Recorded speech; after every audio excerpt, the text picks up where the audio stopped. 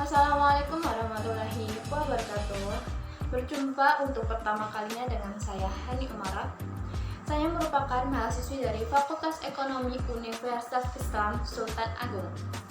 Di sini saya mendapatkan tugas dari mata kuliah Manajemen Perubahan yang diampu oleh Ibu Nur Hidayati SEMSI PSI. Kemudian saya mengambil judul Peran Pemimpin dalam Manajemen Perubahan Budaya Kinerja. Selanjutnya, mari kita mulai membahas. Sampai saat ini, Indonesia masih terhitung sebagai negara berkembang dan sangat sulit diprediksi berapa tahun lagi waktu yang dibutuhkan untuk mengubah statusnya menjadi negara maju. Bangsa ini ingin terus mengejar ketertinggalan yang amat parah yang diwarisi era kolonialisme yang amat panjang. Mencoba menilai budaya kerja sumber daya manusia bangsa Indonesia masih banyak dijumpai di berbagai lembaga maupun organisasi budaya kerja yang mengundang rendahnya kinerja. Misalnya, budaya kerja santai, kerja seadanya, menunda-nunda pekerjaan, dan lebih senang mencontoh daripada menciptakan. Dan masih banyak lagi yang tanpa disadari turut menentukan mutu sumber daya manusia anak bangsa ini. Maka dari itu, peran pemimpin sangat diperlukan untuk budaya kinerja ini. Tindakan para pemimpin puncak memiliki pengaruh besar terhadap budaya organisasi. Apa yang dikatakan dan cara bertindak pemimpin puncak menciptakan norma-norma akan menurun organik pada organisasi. Hal tersebut akan tampak pada pimpinan puncak dalam menghadapi resiko. Seberapa besar tingkat kebebasan yang diberikan kepada anak buahnya, cara berpakaian yang tepat, dan sebagainya. Peran top manajemen mempunyai dampak utama pada pembentukan budaya korporat. Melalui gaya pemimpin, apa yang dikatakan, bagaimana berperilaku, para eksekutif puncak menetapkan berbagai nilai dan norma yang dipraktekkan organisasi. Keefektifan penyebarluasan dan penanaman nilai-nilai inti budaya sangat tergantung pada komitmen jajaran manajemen puncak, terutama dalam memainkan peran sebagai panutan. Pemimpin harus dapat menanamkan dan menguatkan berbagai aspek budaya melalui 5 mekanisme berikut. 1. Fokus perhatian.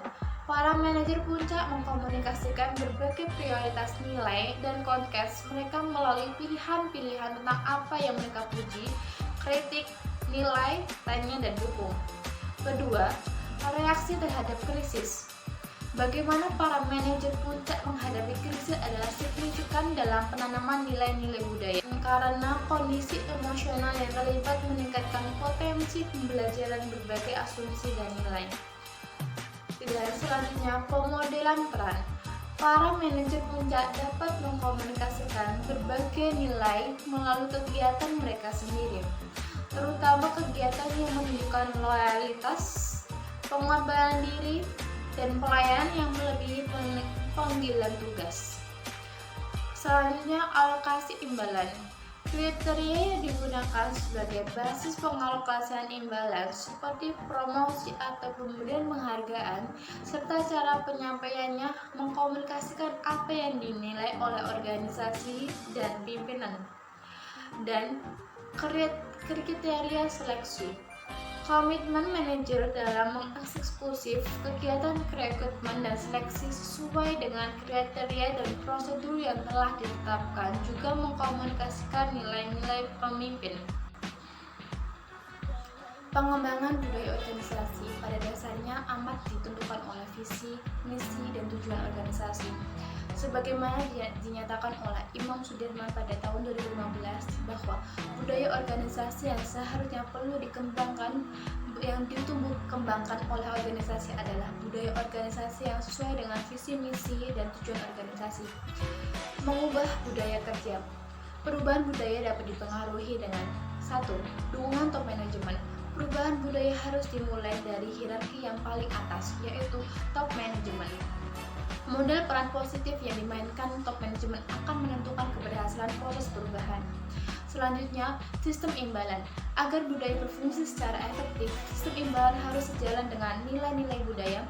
Perubahan budaya mensyaratkan perubahan sistem imbalan untuk mendorong penerimaan singkat nilai baru. Dan selanjutnya, perancangan kembali proses sosialisasi. Nilai-nilai perlu ditanamkan melalui berbagai program sosialisasi, berbagai cerita, simbol, dan ritual baru diciptakan untuk menggantikan budaya sekarang. Selanjutnya, pelibatan seluruh jajaran para karyawan dan kelompok dalam organisasi dapat dimobilisasi untuk memengaruhi perubahan budaya melalui penggunaan partisipasi karyawan dan menciptakan iklim saling percaya. Nilai-nilai baru lebih mudah ditanamkan. Pengaturan kembali personalia. Rotasi jabatan dapat digunakan untuk melemahkan subbudaya seleksi dan promosi pada para karyawan yang mempunyai karakteristik pribadi sesuai nilai-nilai baru. Selanjutnya, formasi nilai-nilai baru. Penggantian berbagai norma tidak tertulis dalam berbagai aturan dan regulasi formal yang dijalankan secara keras. Dan selanjutnya, mengungkapkan pula langkah-langkah pengubahan budaya, yaitu diagnosis dan pengangkatan ke permukaan budaya perusahaan atau organisasi sekarang, artikulasi berbagai arah strategis baru, penetapan berbagai nilai dan norma baru, identifikasi kesenjangan budaya, pemecahan masalah kesenjangan budaya.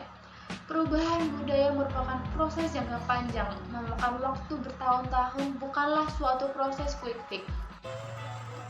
Selanjutnya, 3 langkah dalam perubahan budaya. Pertama, pencairan. Tingkatan sekarang merupakan upaya melemahkan kekuatan yang membentuk perilaku organisasi saat ini. Aktivitas yang dapat dilakukan diantaranya pembentukan tim, penyusunan program kerja tim dan konsep perubahan, analisis masalah, dan pemilihan alternatif tindakan. Aktivitas ini dilakukan agar semua pihak yang terkait merasa yakin diperlukan perubahan. Selanjutnya, perpindahan merupakan upaya penindaklanjuti hasil langkah-langkah pencairan. Aktivitas yang dilakukan antara lain penyampaian konsep baru beserta alasan pentingnya perubahan. Aktivitas ini tujuannya untuk memastikan agar mereka yang terkait dalam pelaksanaannya tidak kembali kepada cara lama. Selanjutnya, pembekuan atau pemantapan merupakan upaya menciptakan kestabilan dalam organisasi dengan cara kerja baru dan terjaga dari cara kerja lama. Aktivitas yang dilakukan adalah proses sosialisasi budaya organisasi yang baru, penciptaan nilai-nilai atau norma baru, monitoring perubahan dan upaya perubahan dan manajemen perubahan melalui pelatihan. Aktivitas ini targetnya adalah penggunaan mekanisme pendukung yang dapat menguatkan cara kerja baru. Perlunya top manajemen aktif menggerakkan dan memberi contoh kepada anggotanya agar perubahan dapat dicapai sesuai dengan rencana. Contoh dari pimpinan diwujudkan dalam bentuk implementasi perilaku baru yang sudah disepakati bersama dari hasil perubahan budaya organisasi. Pimpinan mengikuti seluruh proses reeduksi dan proses kegiatan lainnya selama melaksanakan langkah-langkah perubahan. Dengan hal itu, maka akan menimbulkan budaya kerja yang baru. Demikianlah materi yang dapat saya sampaikan mengenai peran pemimpin dalam manajemen perubahan budaya kerja. Semoga materi ini bermanfaat untuk setiap penonton yang menontonnya. Saya ucapkan terima kasih telah menonton video ini. Billahi taufiq wal hidayah. Wassalamualaikum warahmatullahi wabarakatuh.